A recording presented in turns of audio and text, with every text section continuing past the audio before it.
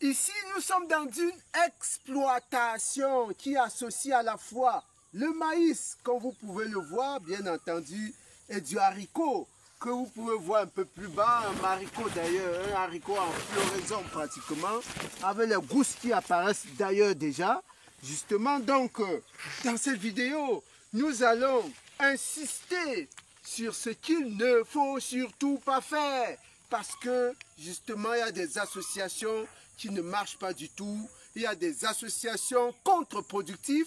Et dans cette vidéo, nous allons vous montrer exactement ce qu'il ne faut pas faire lorsqu'il s'agit d'associer le haricot et le maïs. Et tout de suite, après le jingle.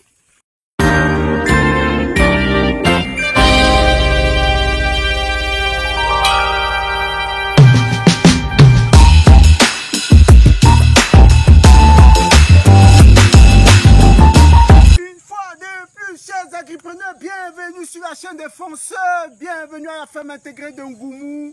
Si vous regardez cette chaîne pour la première fois, moi c'est Roméo Lado, agripreneur, apiculteur, coach, motivateur. Nous sommes régulièrement dans nos vidéos hebdomadaires en train de vous donner des astuces, des méthodes, des conseils, des astuces, toutes les stratégies pour améliorer votre productivité agro-pastorale. Et aujourd'hui, particulièrement dans cette vidéo, nous parlons de l'association culturelle entre le maïs et le haricot. Et justement, nous sommes dans un champ où on a fait cette association. Et notre vidéo aura deux parties. Dans la première partie, nous allons vous parler de ce que vous pouvez faire, de ce que vous devez faire. Et dans la deuxième partie, donc, on va parler de ce qu'il ne faut pas faire quand il s'agit de l'association entre le maïs et le haricot. On y va tout de suite. Qu'est-ce que vous devez faire, qu'est-ce que vous pouvez faire dans l'association culturelle maïs et haricots? Alors, ici par exemple, vous voyez que le champ respire. Quand vous regardez l'espacement entre ce biome-là et celui-ci, hein, là on est pratiquement à 2,5 mètres, hein, pratiquement 2,5 mètres entre les deux biomes. On est là, on travaille de manière extensive, parce que là, ce n'est pas forcément à but commercial, c'est un peu, ici on a un champ familial, on a un champ pour pouvoir cultiver des choses qu'on va consommer en famille. C'est pourquoi on travaille de manière extensive, c'est aéré, il y a suffisamment d'espace pour circuler. À ce moment-là, vous pouvez bien mettre du haricot. Vous voyez, ça c'est du haricot nain, hein, n'a pas besoin forcément de tuteur, c'est du haricot nain. Et là, vous voyez comment on a parsemé à l'intérieur du maïs, qui s'exprime plutôt bien. Là, ce n'est pas très étouffé, la densité n'est pas énorme, et le champ respire. Ça, vous travaillez de manière extensive, ça marche correctement. Maintenant, ça, c'est la première chose que vous pouvez faire. Travailler de manière extensive, mettre du haricot et parsemer du maïs à l'intérieur.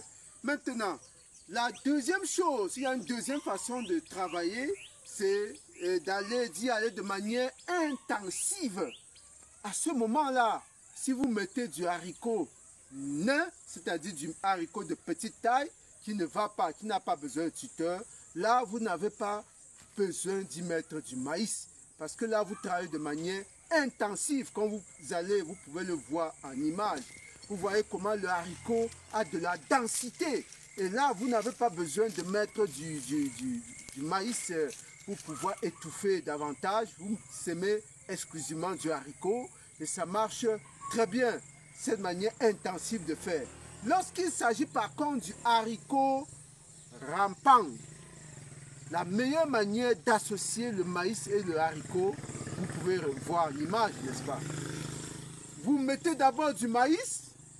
Lorsque vous allez maintenant récolter votre maïs, vous venez par la suite enlever, effeuiller toutes les tiges de maïs et semer maintenant votre haricot au pied, pratiquement au pied du maïs. Maintenant, ils vont se servir des tuteurs que vous pouvez voir là pour pouvoir s'enrouler.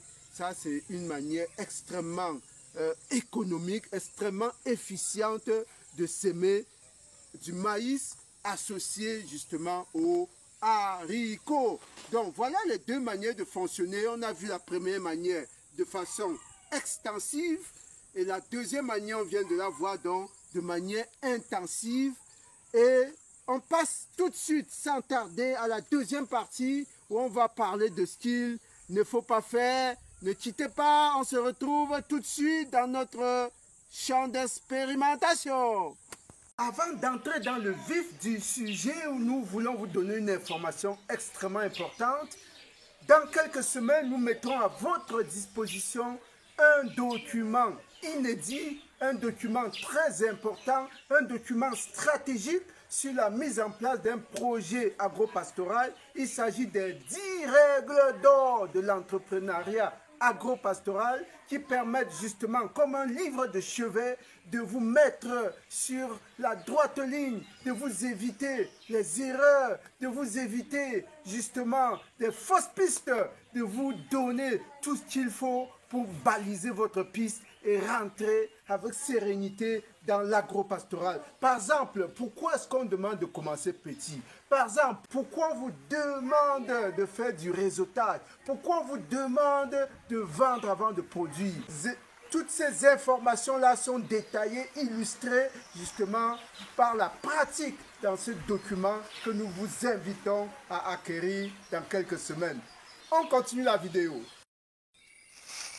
Voilà, nous nous retrouvons donc ici sur une parcelle dans laquelle nous avons mis effectivement du haricot rampant. Nous allons donc dans cette deuxième partie montrer l'exemple de ce qu'il ne faut pas faire. Voilà, comme on a coutume de le dire, nous ne présentons pas seulement nos succès, nos exploits, nous présentons aussi les erreurs que nous commettons. Parce que si vous ne vous engagez pas parce que vous avez peur de vous tromper, vous n'allez jamais progresser. C'est à partir des erreurs que vous vous corrigez, que vous vous améliorez et que vous faites des grands bonds en avant. Voilà, quelle est l'erreur que nous avons commise sur cette parcelle? Nous sommes là sur pratiquement un hectare de terrain. C'est le site de nos mandariniers hollandais, c'est un site sur lequel on a mis près de 600 pieds de mandariniers. Hein. On va vous les présenter. On va présenter l'évolution bientôt dans une vidéo spéciale. Mais aujourd'hui, ce qui nous intéresse, c'est que nous voulons partager avec vous, c'est exactement ce qu'il ne faut pas faire. Vous voyez qu'on a taillé les tiges de maïs à une certaine hauteur, 1,50 m, 1,75 m par là. C'est parce qu'on a mis du haricot rampant sur ce site. C'est le troisième site de haricots. Nous, on a fait 3 sites, ça c'est le troisième site. Mais sur ce site, on a commis une grosse erreur stratégique. Il faut regarder à quoi ressemble ce haricot. Il n'est pas très reluisant. Vous n'allez qu'à voir l'asper, les feuillages, les tiges. Vous voyez comment les tiges sont filiforme, c'est minuscule, hein, ce n'est pas vraiment vivant comme les sites que nous vous avons présentés dans d'autres images, dans d'autres vidéos. Ici, c'est presque une catastrophe. Pourquoi? Qu'est-ce qui s'est passé? Regardez cette immensité-là, regardez là. Là, on a récolté du maïs, mais ici, il y a encore du maïs à récolter. Et allons à l'intérieur voir exactement comment les dégâts au niveau du haricot se présentent. Alors vous regardez, vous voyez que le haricot s'exprime à peine. Le haricot s'exprime à peine.